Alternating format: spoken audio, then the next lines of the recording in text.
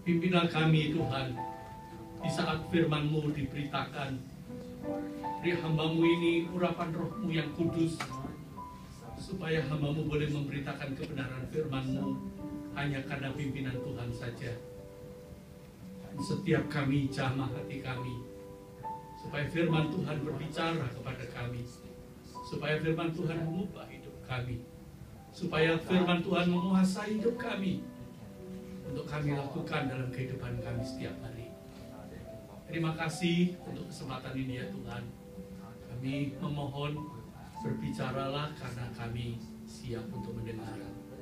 Di dalam Kristus Yesus kami berdoa, berbicaralah karena saat ini kami siap untuk mendengar. Amin. Silakan duduk saudara.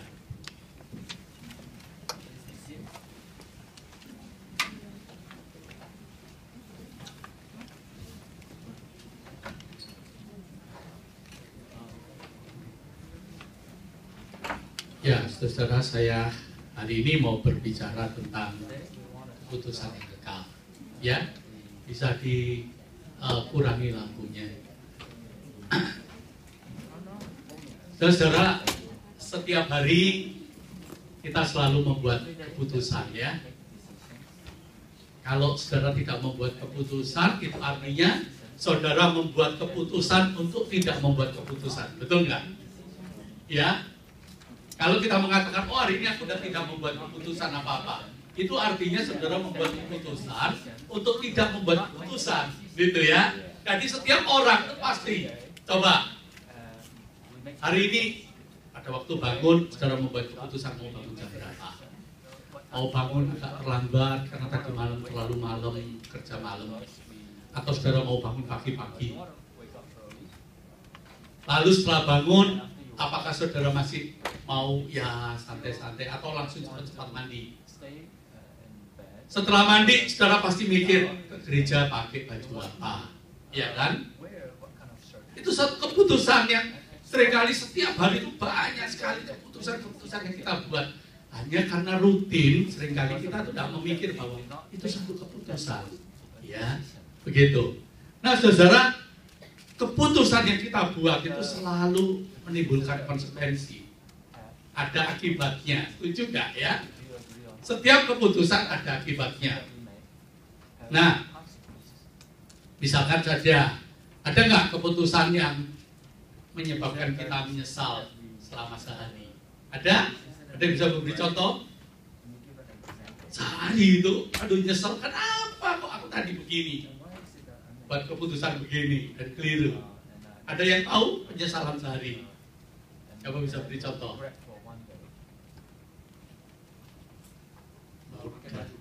Pakai baju, salah pakai baju ya. Kenapa? Oh, tidak sesuai cuaca ya, kedinginan sehari itu. Tapi akibatnya gak panjang kalau pakai bajunya keliru. Dingin, saudara pikir panas. Memang hari itu kedinginan, tapi akibatnya bisa panjang, bisa sakit selama seminggu, ya kan? Tapi sehari yang akibatnya sehari bisa. Begitu. Saudara mencoba beli beras baru, lalu masak nasi, saudara melihat, oh kayaknya ini biasanya segini kok kalau di rice cooker itu. Lalu saudara kasih begitu, ternyata beras yang saudara beli itu adalah beras yang tidak suka air. Pada sewaktu saudara kasih airnya seukuran ini, karena saya biasanya laki-laki pokok tahunya masuk begitu, oh segini cukup. Wah ternyata kelembean. Jadi gak enak kan makanannya lembek kayak bubur ya toh. Tapi paling saudara menikmati nasi lembek atau bubur cuma sehari itu. Ya kan? Gak sampai berminggu-minggu. Tapi ada nggak keputusan yang diambil sekali ini akibatnya seminggu?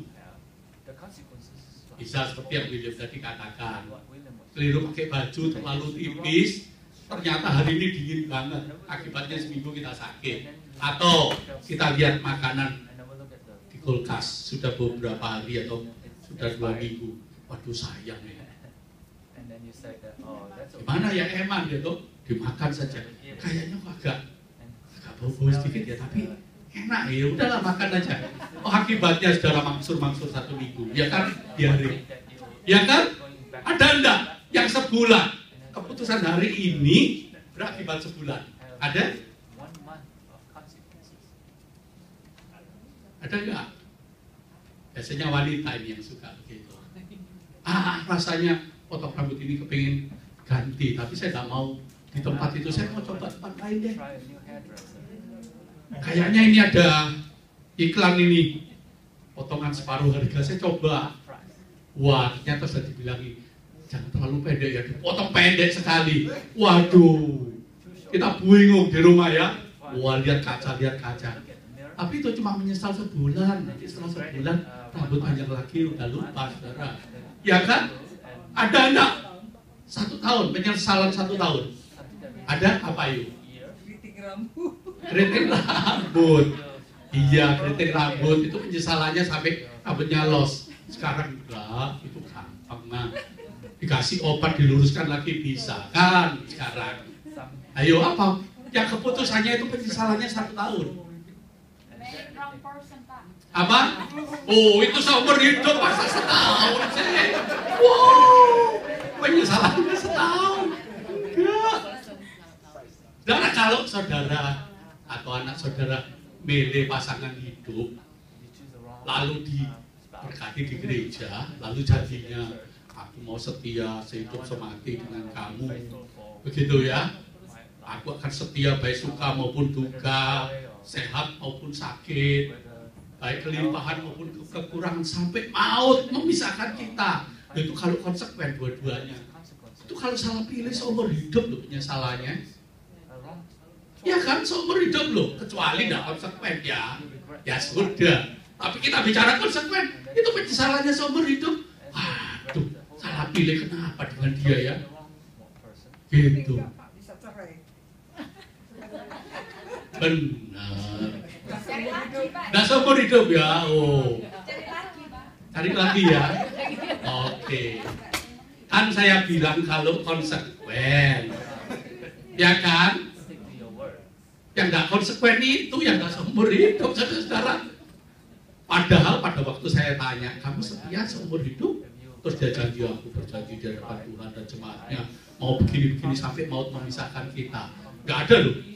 Sampai kalau cocok, kalau tidak cocok ya sudah. Ya toh? Nah saudara, ada yang penyesalan setahun. Nggak tahu kalau di Amerika, di Indonesia ini ada. Pagi santai-santai, males-malesan begitu. Nggak mau belajar, nggak naik kelas, itu penyesalan setahun kan, ulang lagi kan. Begitu.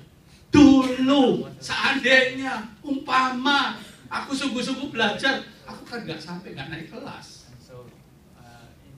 Saya pernah, saudara, kelas 1 SD nggak naik kelas. Nyesel sama mati. Teman-teman saya, setelah saya tinggal di kelas, teman-teman saya lebih kecil-kecil. Aduh, malu sekali rasanya. Menyesal 1 tahun, mesti ngulang. Padahal teman-teman saya sudah di kelas yang lebih tinggi. Nyesal 1 tahun. Tapi ada, saudara, penyesalan yang sekali kita membuat keputusan, pokoknya ini yang kita yakini. Dan akibatnya itu kekekalan. Nah, kita nggak bisa, saudara, main-main untuk ini. Satu keputusan yang kita buat, dampaknya itu kekal. Ada nggak? Ada. Kita teruskan. Oke. Saudara, hidup ini tersedia 2 alternatif, saudara. Yaitu orang yang menganggap hidup ini tidak bedanya dengan binatang, cuma manusia itu adalah binatang yang cerdas. Atau orang yang percaya bahwa hidup ini bukan cuma seperti binatang saja memiliki tubuh dan jiwa, tapi memiliki roh.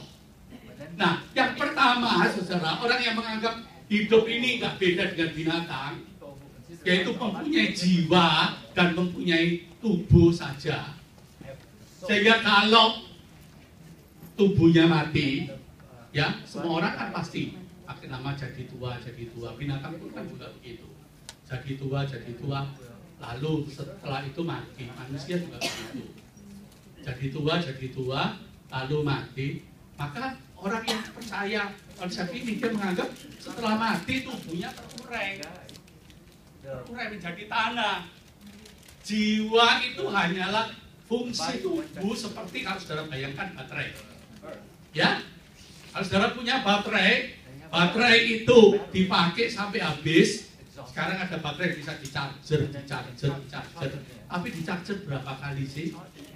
Lama-lama juga rusak. Kalau sudah rusak, maka isinya baterai itu yang nggak kelihatan, yang bisa menghasilkan strum itu, listrik itu, habis. Kalau sudah begitu mau diapain? Dibuang. Nah, ada orang yang mempercayai seperti ini. Hidup itu cuma di dalam hidup ini saja.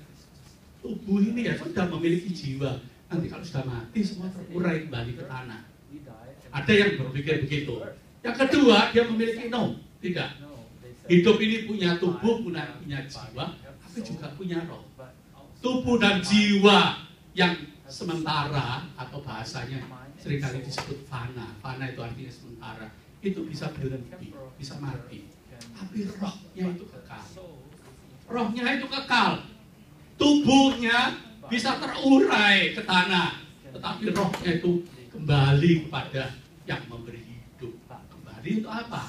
Untuk mempertanggungjawabkan, begitu ya. Nah, kita lihat dua alternatif ini dampaknya apa, saudara? Kita teruskan. Dampak yang pertama, kalau orang itu mempercayai hidup ini cuma terdiri dari tubuh dan roh, maka banyak orang yang hidupnya secara hedonistik. Apa hedonistik itu? Hedonistik itu, saudara, lahir dari seorang filsuf yang terkenal namanya Epikuros.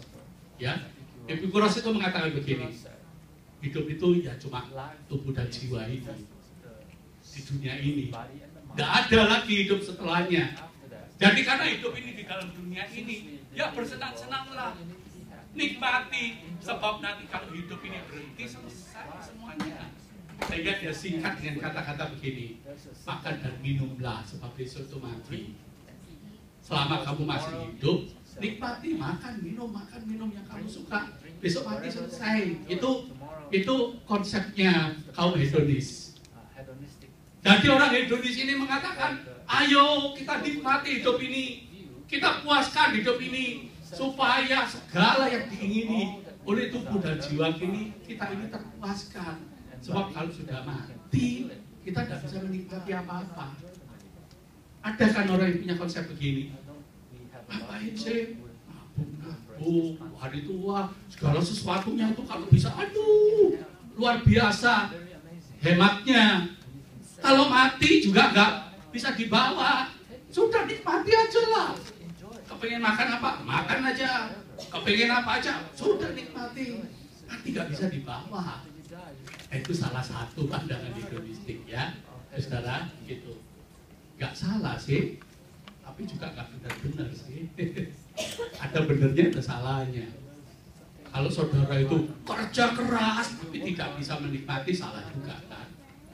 Tapi kalau saudara cuma kerja keras hanya untuk menikmati, memuaskan nafsu saja, sebab berpikir setelah ini kita itu mati dan semuanya selesai, maka bahaya sekali pemikiran seperti itu.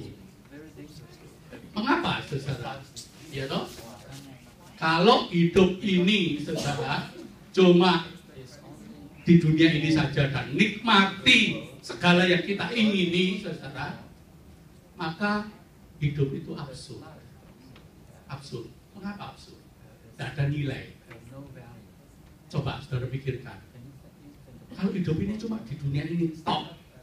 Setelah itu tidak ada kelanjutannya. Buat apa sih kita ini jujur? Buat apa sih kita ini saling tolong menolong? Buat apa sih kita ini setia? Untuk apa setia? Ya toh? Lah kalau kita bosan ganti pasangan lagi, bosan ganti pasangan. Sebab setelah kita ini mati, kita tidak bisa nikmati lagi kok. Iya kan? Buat apa? Begitu loh. Mati selesai. Oleh sebab itu, untuk apa kita mesti bertanggung jawab?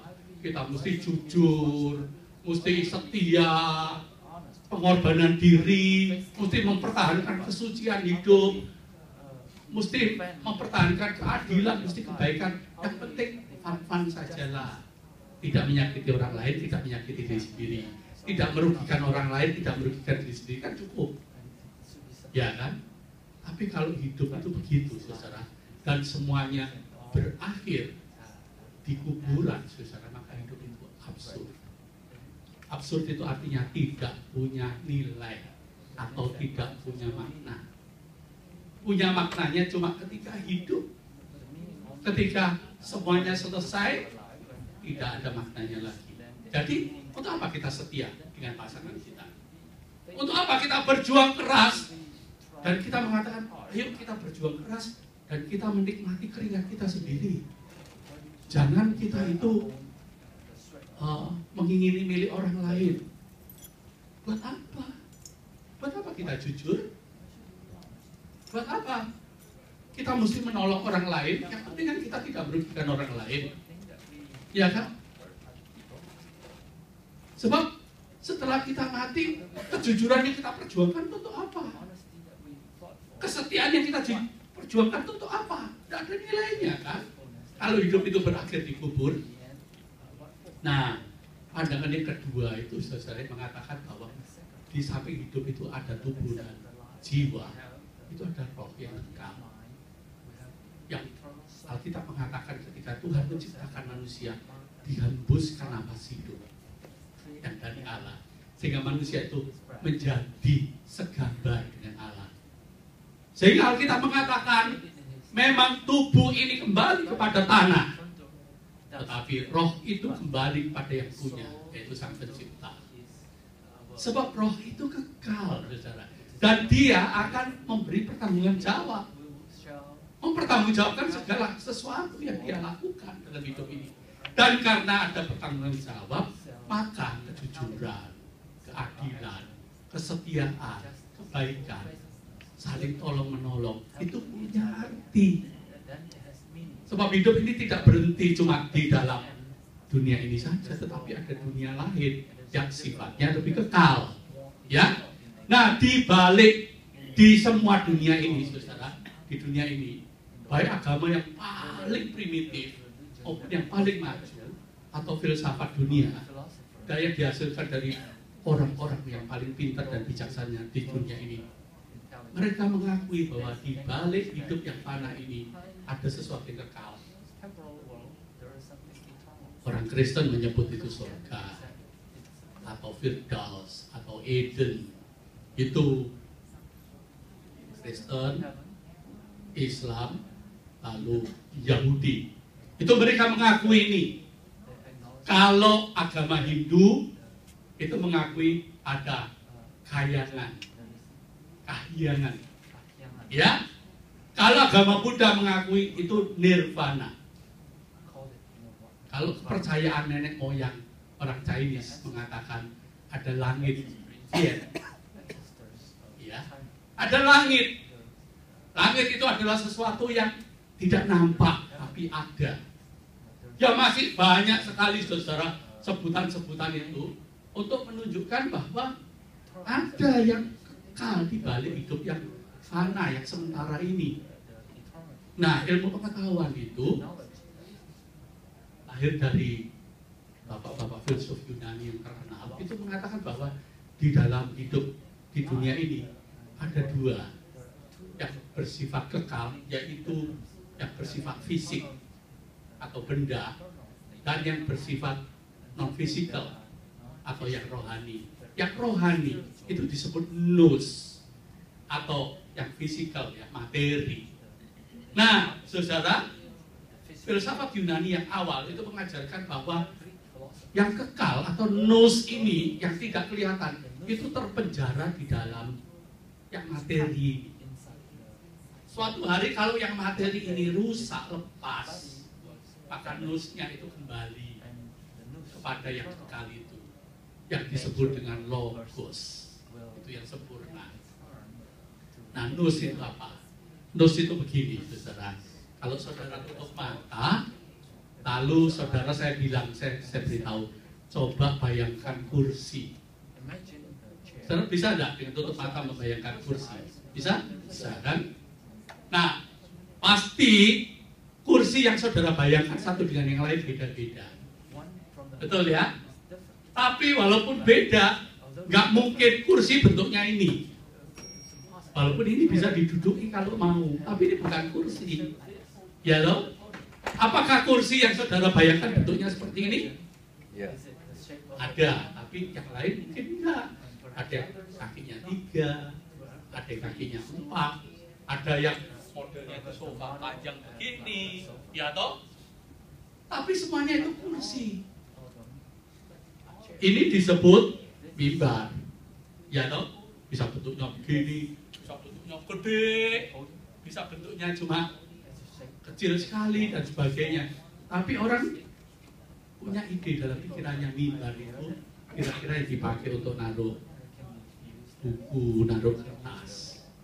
Nah, adanya yang ada di dalam pikiran kita, kalau kita diajak bicara manusia, pasti pikiran kita, oh pasti punya mata, punya rambut, punya kaki, punya tangan, begitu. Pasti kakinya cuma 2, nggak ada kakinya 4. Kenapa begitu?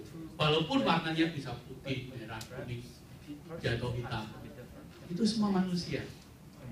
Kenapa kalau kita melihat ada yang putih, ada yang merah, ada yang hitam, kita katakan itu manusia, bukan binatang.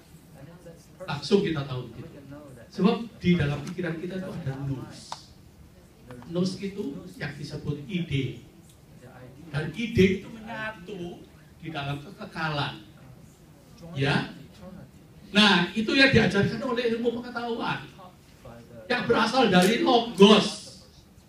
Sehingga logos itulah nanti yang diturunkan menjadi ilmu. Sehingga kalau kita belajar ilmu tentang ketuhanan disebut teologos atau teologi. Ilmu tentang kehidupan disebut bios dan logos, biologi.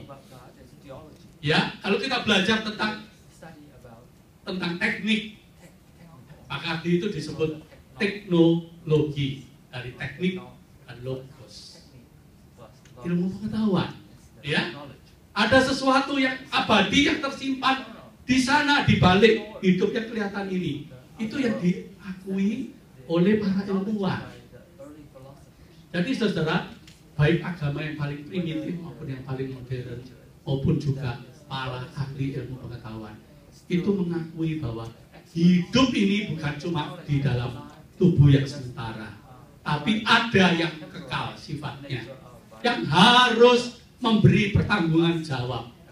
Oke, kita teruskan ya. Ya, sehingga saudara, pilihan kita yang kita buat hari ini, yang kita yakini hari ini, itu mempunyai dampak jangka panjang. Orang yang hidupnya cuma memikirkan hal-hal yang sifatnya fisik saja, pemuasan fisik saja saudara, maka dia juga akan bertanggung jawab. Kalau ternyata dia benar, dia beruntung, saudara. Hidup di dunia ini dipuas-puaskan, setelah mati selesai, dia beruntung. Kalau memang benarnya begitu dan pilihannya dia begitu. Tapi, saudara, kalau ternyata hidup di dunia ini bukan cuma setelah mati selesai, ternyata setelah mati itu ada hidup lagi yang namanya kekal, maka dia harus bertanggung jawab dan berhadapan pada Sang Penciptanya. Sehingga saudara, orang yang memilih hidupnya itu cuma di dunia ini saja dan dia tidak pernah berpikir dan tidak mau mikir bahwa ada bertanggung jawab dan kekal, maka dia akan bertanggung jawab pada si Penciptanya. Apakah nanti di dalam kekekalan dia bersama dengan Penciptanya atau terpisah dari Penciptanya. Nah, yang hidup bersama dengan Penciptanya itu semua agama, termasuk Alkitab mengatakan dia ada di sorga, atau dia bersama Allah, atau dia ada di nirvana, atau dia ada di kahyangan, atau dia ada di yen, di langit. Tapi kalau dia tidak bersama si Penciptanya, maka dia disebut terpisah dari Penciptanya. Itulah yang digambarkan dia masuk neraka.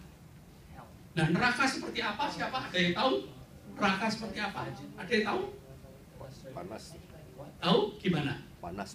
Panas. Apalagi? Ayo. Gambarannya panas. Apalagi? Gelap. Apalagi? Apa? Ya, hantu. Apalagi? So di sana memang tidak ada Tuhan, ya toh. Kebalikan dari Tuhan apa? Ya hantu. Jadi kalau kita tidak bersama Tuhan, ya bersama hantu. Betul.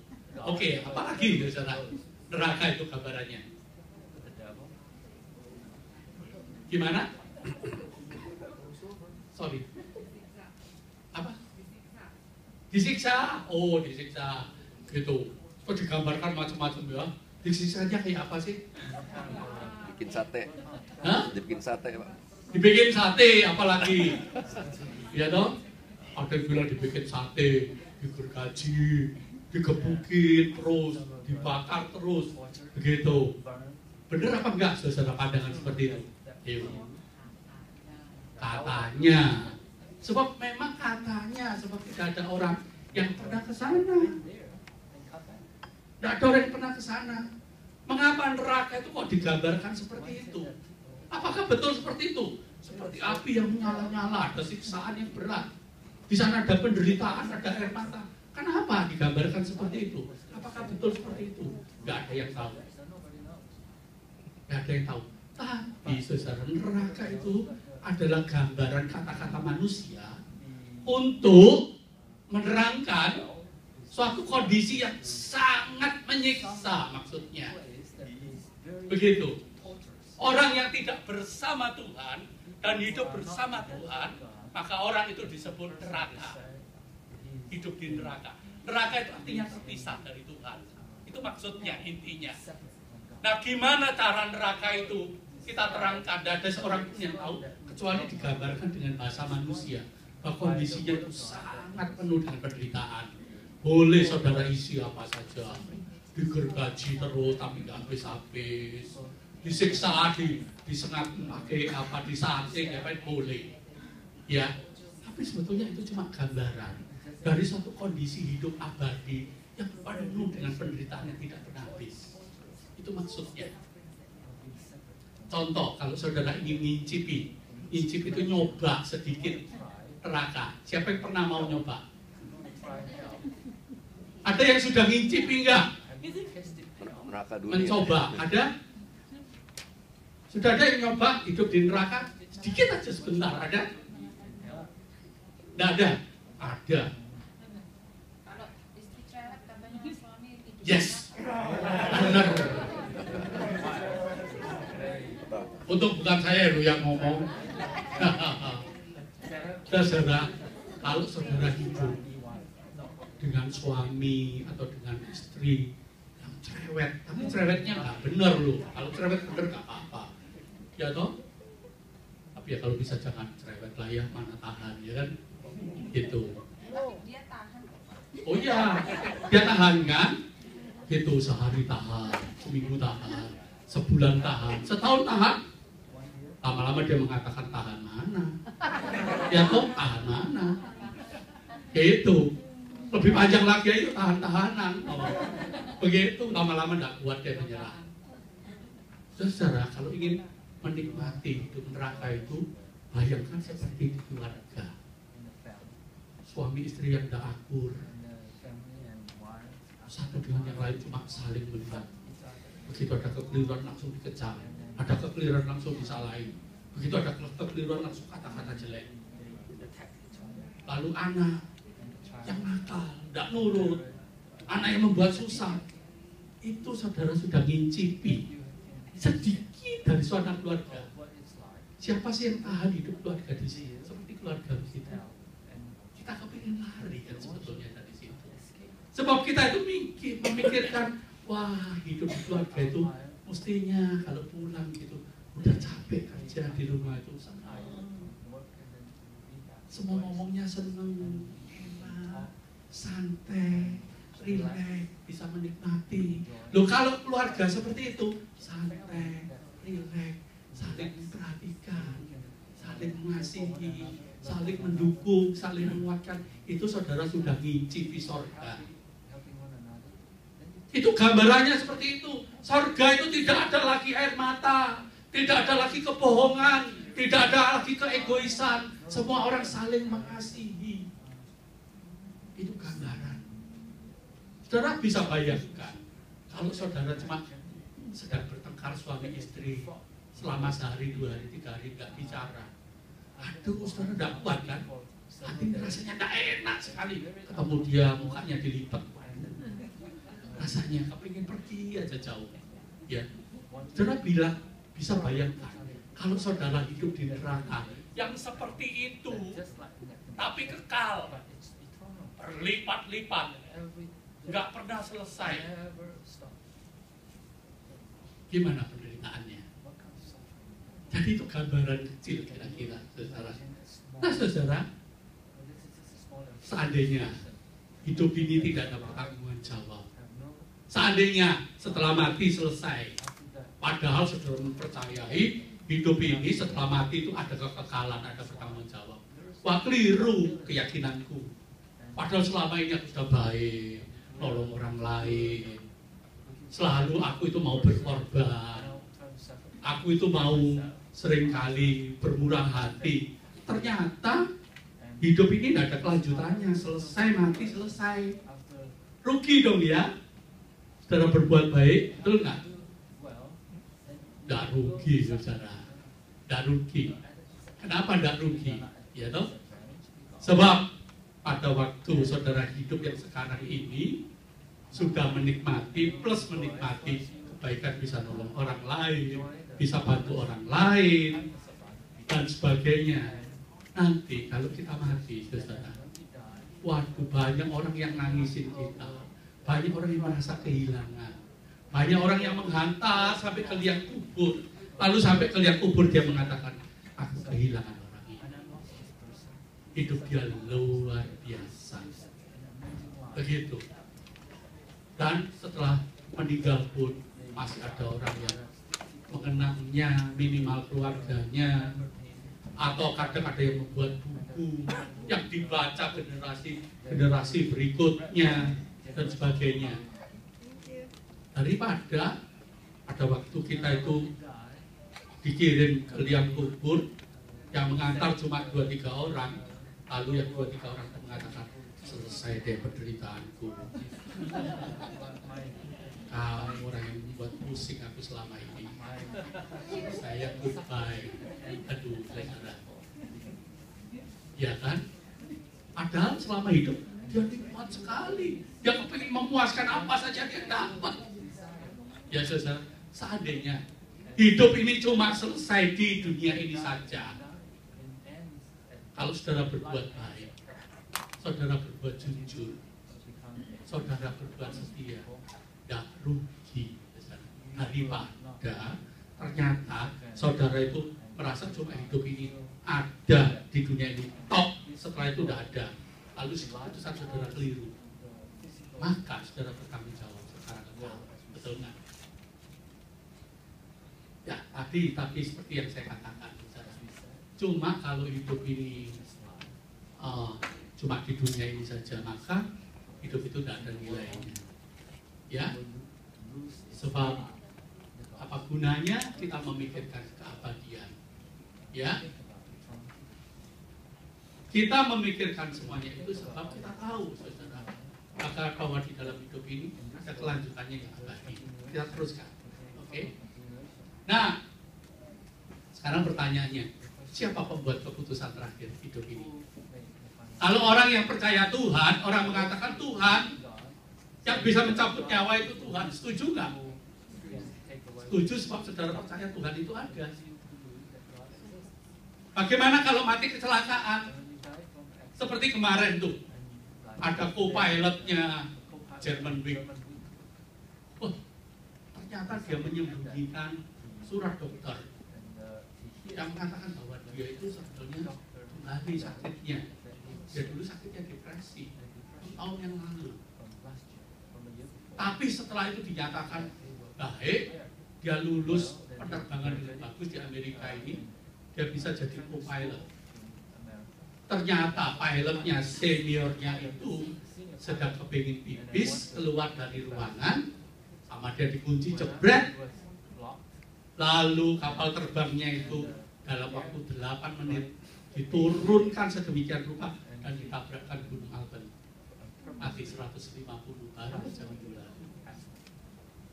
Pada waktu pilotnya mau masuk sudah digedor-gedor, minta dibuka, tidak dibukai.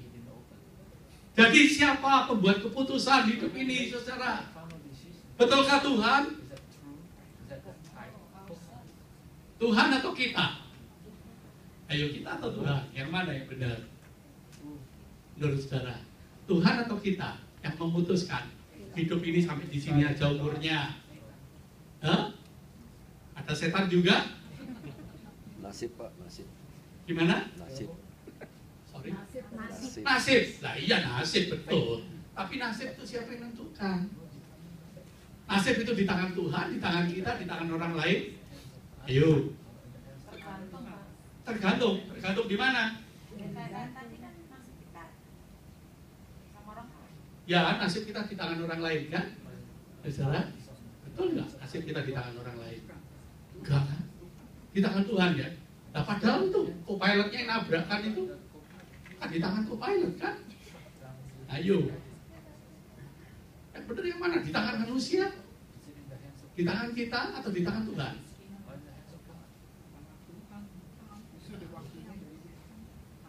Nah, kalau yang mengatakan di tangan Tuhan, kalau Tuhan tidak menghendaki tidak terjadi, ya toh? Tapi kalau di tangan Tuhan, nah itu buktinya co-pilot yang frustrasi atau ada orang-orang jahat teroris itu yang membunuh manusia secara kejam itu betul keputusan Tuhan. Loh bukan, kalau itu di tangan siapa itu? Bingung kan saudara? Di tangan Tuhan atau di tangan manusia? Gimana? Menyerah. Iya. Sebetulnya di tangan dua-duanya. Ya, maksudnya begini. Tuhan itu memutuskan, misalkan nih, Tuhan memutuskan umurnya tadi itu 80 tahun. Itu yang Tuhan putuskan. Tapi Haji bisa melanggar kehendak Tuhan dengan bunuh diri, bisa nggak? Baru umur 60 tahun atau 55 bunuh diri, bisa nggak? Itu dikehendaki Tuhan nggak? Tidak. Dan dikehendaki Tuhan. Tidak ada Tuhan itu menghendaki, oh aku menghendaki kamu supaya matinya bunuh diri. Tidak ada sekarang. Tuhan tidak menghendaki. Tuhan tidak menghendaki ada teroris yang bunuh orang lain. Jelas tidak. Itu kejahatan. Tapi orang yang bunuh diri atau dibunuh oleh teroris atau dibunuh oleh orang yang depresi gila ini sehingga membunuh 150 orang ini, itu semuanya terjadi atas seizin Tuhan. Bukan Tuhan yang rencanakan, bukan Tuhan yang membuat kejahatan, tetapi tanpa seizin Tuhan maka kejahatan itu tidak pernah terjadi. Sebab apa? Karena Tuhan itu mengontrol dunia ini. Tuhan kontrol. Saudara, kalau Tuhan yang mengontrol, maka kalau saudara sedang mengalami kejahatan dan kebaikan atau kepahitan, percayalah bahwa tidak ada yang mustahil buat Tuhan. Tuhan punya rencana yang baik bagi setiap orang yang mengasihi Dia. Walaupun situasi itu sangat menyakitkan saudara, kalau Tuhan izinkan, pasti Tuhan punya rencana yang jauh lebih baik. Begitu. Jadi kenapa 150 orang ini, ada beberapa yang bertamasya, ada beberapa anak sekolah yang diiringi gurunya ikut mati, saudara. Mereka itu mau pergi untuk bertamasya. Saudara bisa bayangkan. Bahkan yang kemarin Air Asia yang jatuh ke laut itu, saudara. Itu ada orang-orang yang mau berlibur itu sudah bilang sama temannya, kalau berlibur di Singapura apa yang bagus? Temannya bilang, oh kesini. Nggak sampai Singapura, jatuh di laut Selat Kalimantan itu, saudara, mati semuanya, saudara. Itu pasti kesalahan manusia, tapi tanpa seizin Tuhan itu tidak pernah terjadi. Saudara bisa melihat ya. Jadi saudara mengakui ada Tuhan yang membuat keputusan dan mengizinkan atau tidak ada Tuhan. Yang tidak bisa disangkal ada semua manusia bakal mati, percaya ya. Tidak ada yang seperti apa namanya ular. Kalau sudah tua ganti kulit jadi muda lagi, tua melungsungi ganti kulit muda lagi, nggak ada. Manusia itu pasti mati, saudara. Begitu. Nah kalau sudah mati, saudara, setiap manusia itu pasti harus bertanggung jawab. Jadi kalau siapa yang menjadi penyebabnya, kita nggak perlu perdebatkan panjang-panjang. Bisa karena sakit, bisa karena diri sendiri, bisa karena kesalahan orang lain, bisa. Tetapi kita tidak bisa menghindari bahwa kepastian kematian itu sesuatu yang real, bukan fantasi, dan itu pasti datang kepada setiap orang, cepat atau lambat. Saudara mau atau tidak mau, itu pasti datang. Seperti Jerman Week tadi, saudara. Omnya pergi bertamasya, ternyata orang lain yang konyol yang mengakhiri hidup itu. Betapa konyolnya kalau apa yang kita putuskan tentang hidup yang bersifat kekal itu kita tunda. Karena kita anggap umur kita masih muda. Yang perlu segera memikirkan ada surga apa neraka. Aku milih supaya aku ini mau hidup percaya sama Tuhan atau tidak. Itu bukan cuma yang seumur Pak Hayat sama Ibu. Sebab kita mengatakan umurnya Pak Hayat sudah 85, Ibu kira-kira 83. Wah itu sudah dekat-dekat, sudah bau tanah katanya begitu. Oh siapa bilang? Ini orang yang nabrak pegunungan Alpen itu masih sangat muda loh, saudara. Bisa putus waktu-waktu. Jadi kalau kita mengatakan, kita tidak perlu mikir itulah. Umur kita masih muda, masih jauh. Kita tidak perlu membuat keputusan itu. Saudara tidak membuat keputusan, artinya saudara sudah membuat keputusan untuk tidak membuat keputusan. Ini yang perlu dipikirkan secara dalam, saudara. Oke, kita teruskan. Nah, saudara, firman Tuhan mengatakan dalam Yesaya pasal 55 ayat 6. Carilah Tuhan selama Ia berkenan ditemui.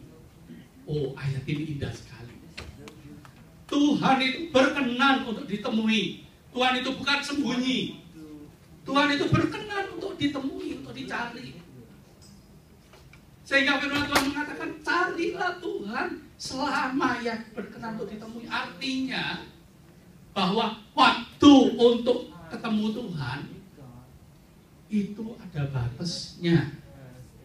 Batasnya apa, saudara? Batasnya ya hidup di dalam dunia ini.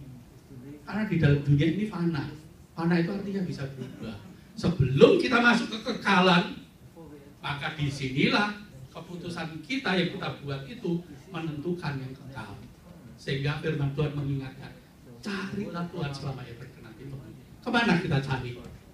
Mau semedi di gua, mau pergi retret ke biara-biara, mau cari petunjuk nenek moyang di kuburan, mereka sendiri aja ya mati kok ya. Tapi kadang-kadang ada kan, kita itu pergi ke kuburan, waduh, tanya, cari wangsit ke sana. Ya, kalau minta nomor boleh, oke? Ya. Tapi saudara, mau kemana? Cari orang pinter pinternya juga pasti mati kok, ya toh? Cari dalam batin kita, kebatinan, saudara, bisa ketemu nggak? Saudara, tidak ada, saudara. Saudara mau cari ke sana kemari nggak ada. Kalau saudara mau cari petunjuk bagaimana menemui Tuhan, itu dari mana petunjuknya? Ayo, cari Tuhan sendiri. Gak bisa dari orang tua, dari kuburan, tidak ada. Cari petunjuk bagaimana caranya menemui Tuhan, itu dari Tuhan sendiri. Nah saudara, Yesus Kristus, Sang Anak Allah yang tunggal, Tuhan sendiri, Dia mengatakan begini, akulah jalan, kebenaran, dan hidup. Tak seorang pun menemui Bapa kecuali melalui aku.